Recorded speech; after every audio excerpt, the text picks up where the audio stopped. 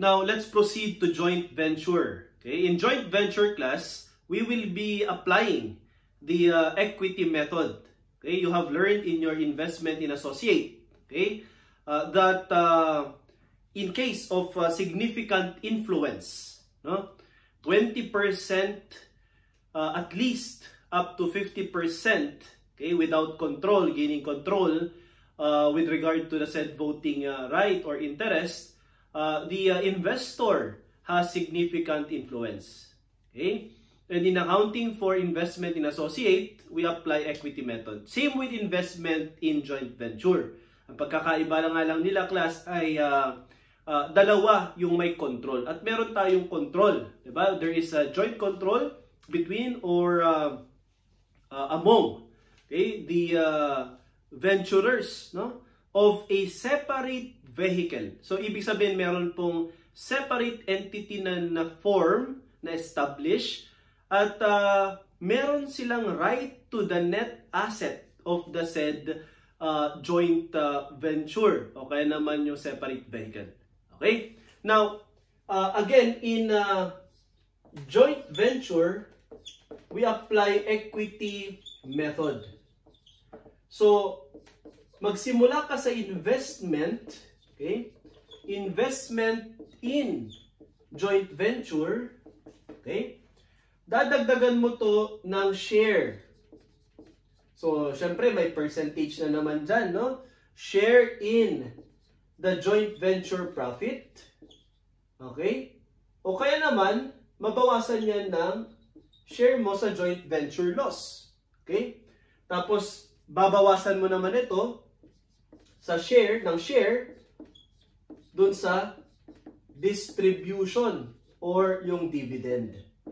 Yan. Okay? Kasi pwedeng tanungin, class, how much is the investment, okay, in joint venture and ending balance to be reported. So, pwedeng ganito, no? So, again, we apply equity method. Now, aside from equity method, hahaluan natin, no, ng na-discuss ninyo doon sa business combination, particularly yung meron tayong tinatawag na upstream and downstream sale. Okay? So, ano ibig sabihin nito? Kung ikaw ay parent company, isa lang yung control, no? May control. At binentahan mo yung subsidiary, that is downstream. So, parent, nagbenta ka sa subsidiary, this is downstream sale. Pero kapag yung subsidiary nagbenta dun sa parent, this is upstream sale. Okay? Siyempre, na-discuss nyo na yung mga UPEI, RPBI, etc. No? Unrealized profit in ending inventory, realized profit in beginning inventory. Same with joint venture. Okay?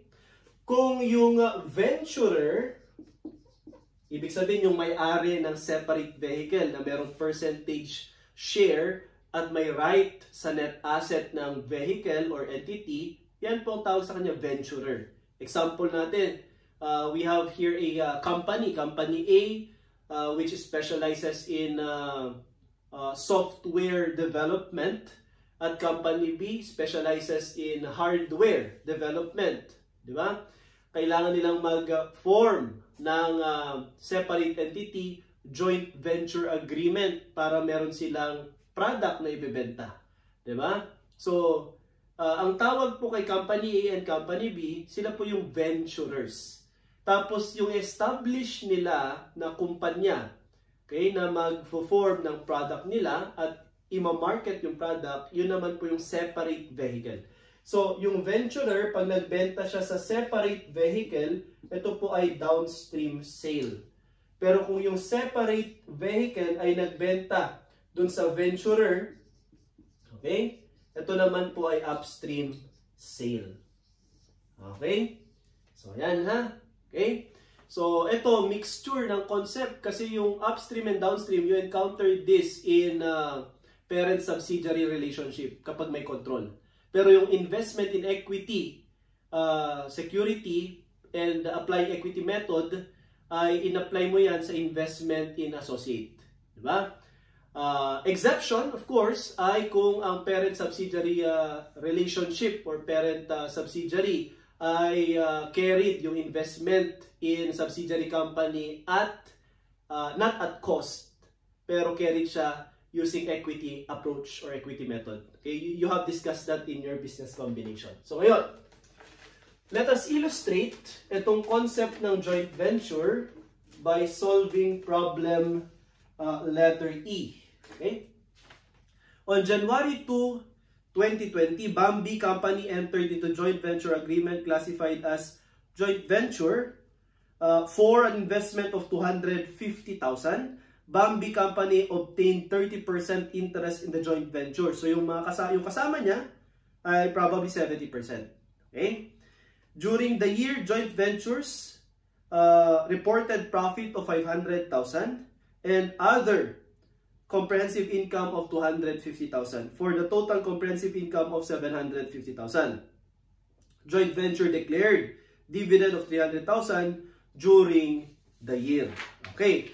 Now, question number 1, how much is the share in the profit of the joint venture? So, all you have to do, class, is that you have to compute, no, yung tinatawag nating net income, okay, or net profit. So, we have profit or loss, okay, amounting to 500,000, yan. And then you have OCI, other comprehensive income, amounting to 250,000. So yung total natin dito is equivalent to 750,000. Pero ang sayo lang dyan, Bambi, we are accounting for Bambi class, ha, Bambi. Okay? Ang sayo lang ay 30%. So 500,000 times 30%, yung share mo ay 150,000. And then 250,000 times 30%, you have here 75,000. So, ibig sabihin, meron kang 225,000. Okay? Increase po yan sa investment mo in joint venture. Okay? Nagsimula ka, we have here equity method. Ang initial investment mo, investment in joint venture. Okay? Beginning balance, no? Beginning balance ay equivalent to 250,000. So, yan po. Pero nadadagdagan sa share mo sa net income. Pero nababawasan yan sa share mo sa dividend. So, ngayon, magkano yung dividend naman? No? And we have here SHIDS. Oh, that's our acronym, SHIDS. No? Share in the dividend declared. Okay? By the separate vehicle. Okay? We have here 300,000. Multiply this by 30%. So, meron ka ditong minus 90,000. So, meron ka na ngayong investment in joint venture. Okay? Ending balance. So, 250,000 plus 150,000, that's 400, plus 75, 475 minus 90,000, you have 385,000. Okay? So, question number 1. Yan. Ang tanong po dito ay, how much is the share in the profit of joint venture? So, yung profit or loss, we have here 150,000.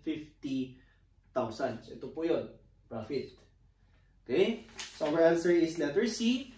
Now, for number 2, how much is the share in the OCI? So, ito po yung share niya, 75,000. Number 3, how much dividend is received from joint venture, the separate vehicle? Ang sagot po natin ay 90,000.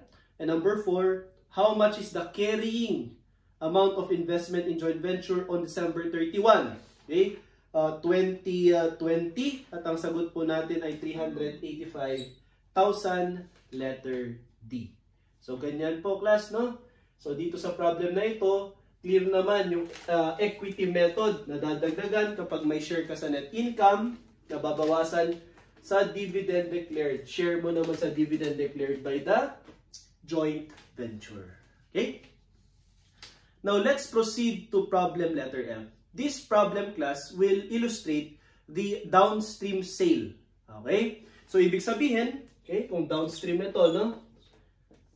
Yung venturer, okay, siya ang nagbenta kay joint venture. Okay? So, this is downstream sale. Yan. At tandaan, ang kay parent lang. Pero kay subsidiary, kay parent din. Okay, na-discuss nyo yan sa business combination. No? Ngayon, to illustrate, we have problem letter F.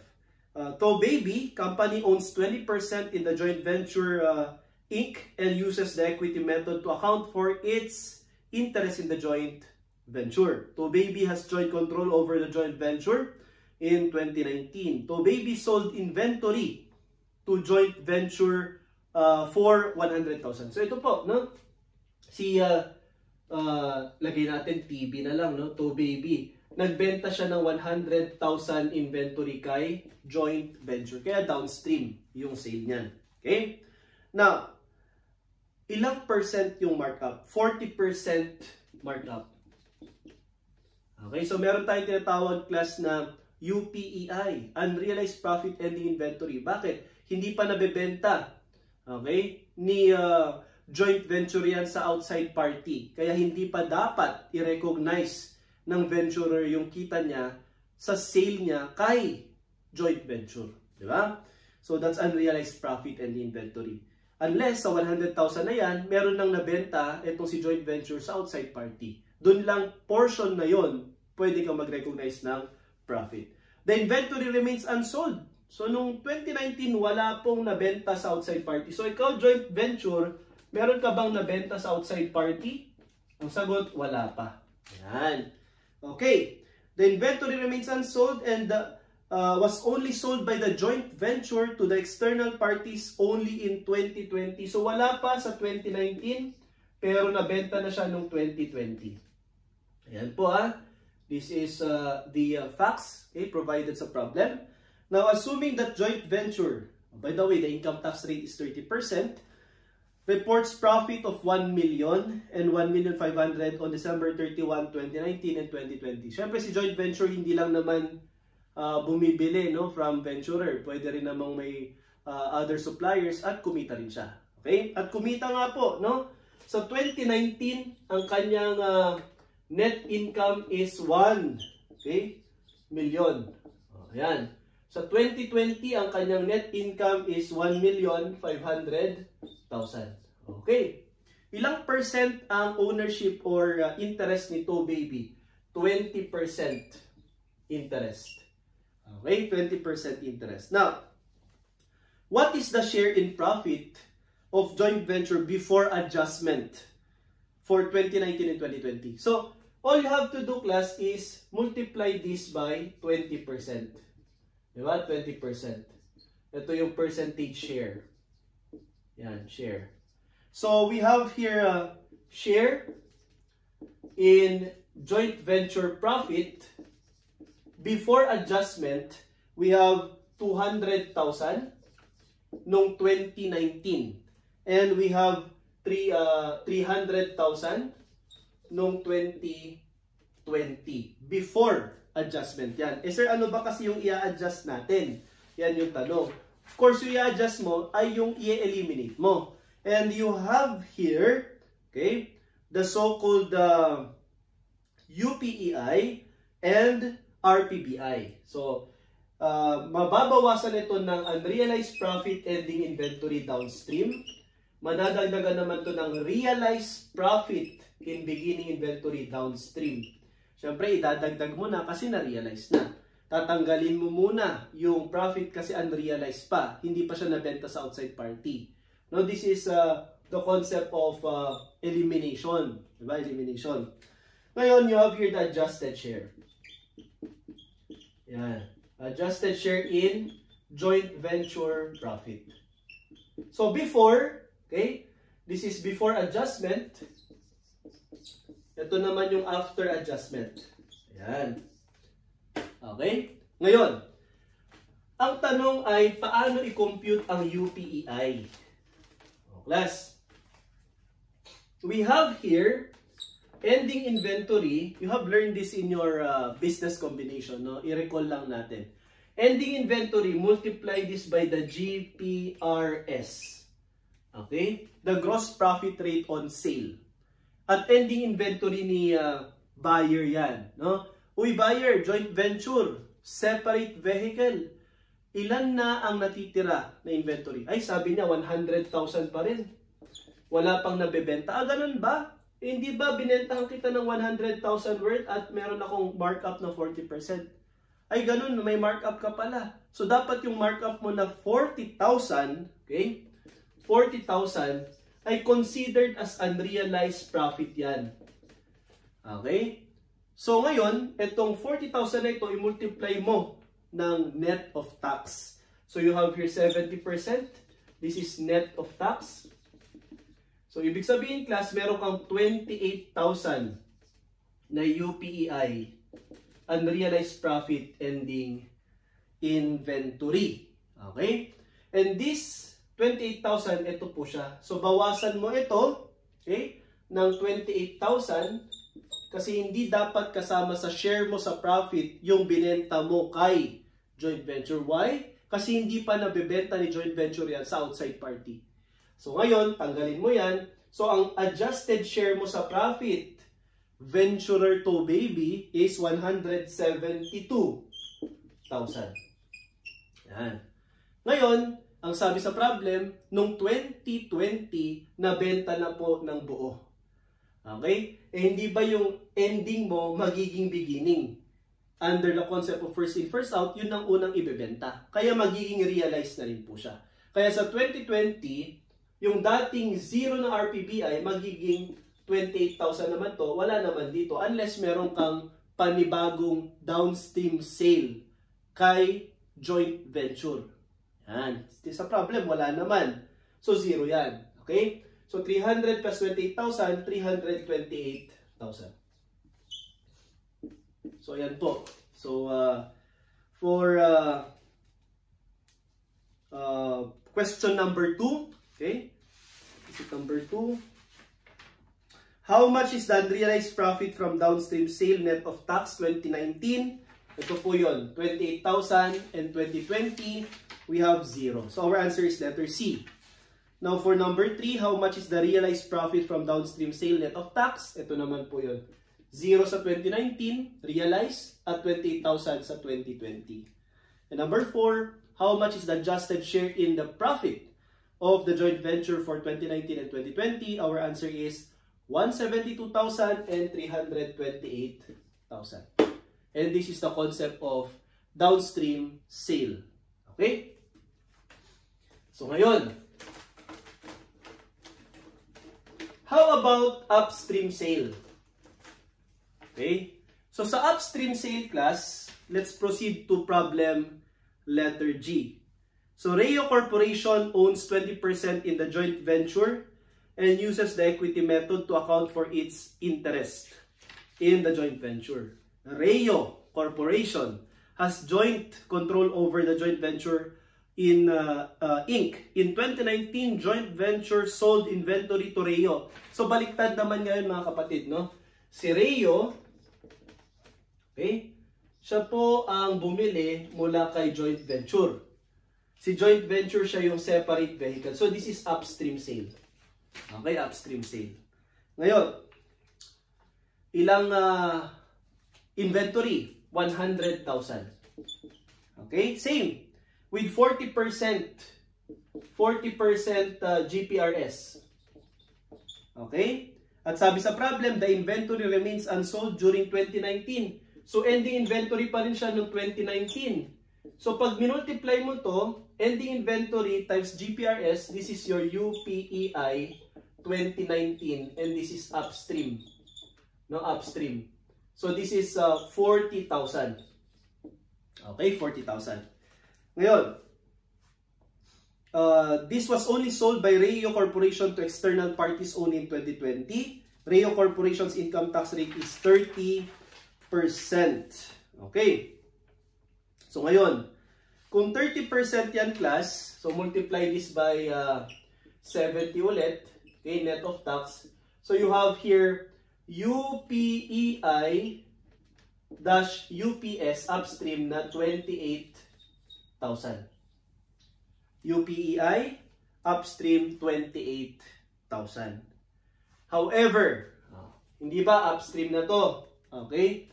Kanina, yung downstream, 28,000 din ang UPEI natin. O, i-compare nyo lang mga kapatid ha.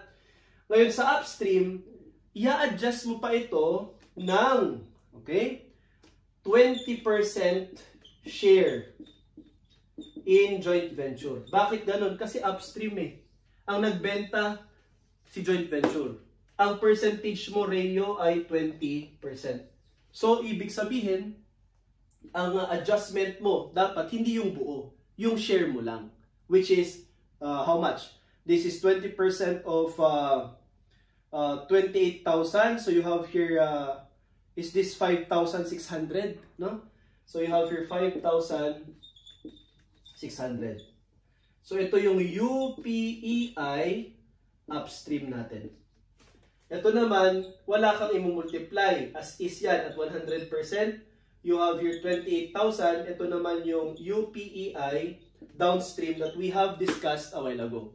Okay, so 20% ng 28,000, that is equivalent to 5,600. Okay, so ngayon, na-compute mo na yung 5,600 at sa 2019, UPEI siya.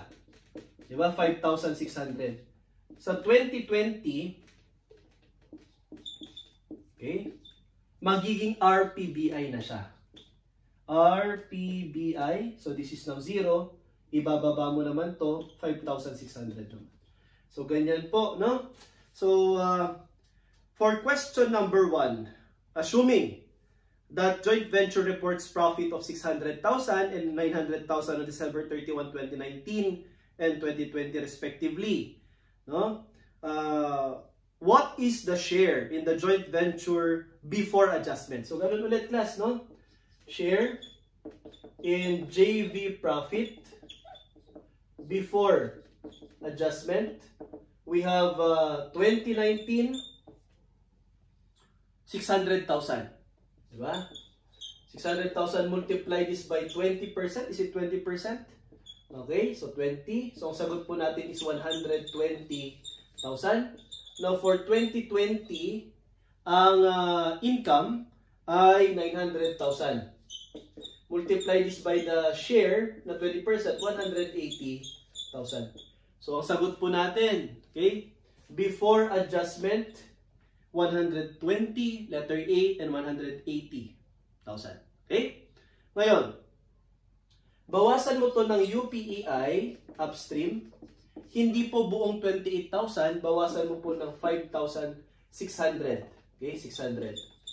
And then, wala po dito sa 2020, RPBI upstream. Dagdagan mo naman dito 0, no? Pero dito sa 2020, na-realize na siya, so plus 5,600. So, our share in joint venture profit after adjustment or as adjusted, okay, is equivalent to how much? 120,000 minus 5,600. This is equivalent to 114,400. Yan. Ito naman, 180,000 plus 5,600. This is 185,600. Okay? So, ang sagot po natin, class, no? For number 1, again, is letter A. For number 2, how much is the unrealized profit from upstream sale? Net of tax for 2019 and 2020, letter C, 5,500 and, or rather 5,600, no? Kindly change that to 5,600 and 0. Okay? And then for number 3, how much is the adjusted share in the profit of the joint venture in 2019 and 2020? Our answer is letter B, 114,400 and 185,600. Kindly change that to 114,400 and 185,600. Okay? So, ganyan po ang joint venture. We have discussed the joint venture downstream sale and upstream sale, as well as the computation of investment in joint venture ending balance. So magsimula ka sa investment in joint venture beginning plus the adjusted share in the joint venture profit minus the share in the dividend declaration. Okay, so with this, we end our discussion with regard to joint arrangement.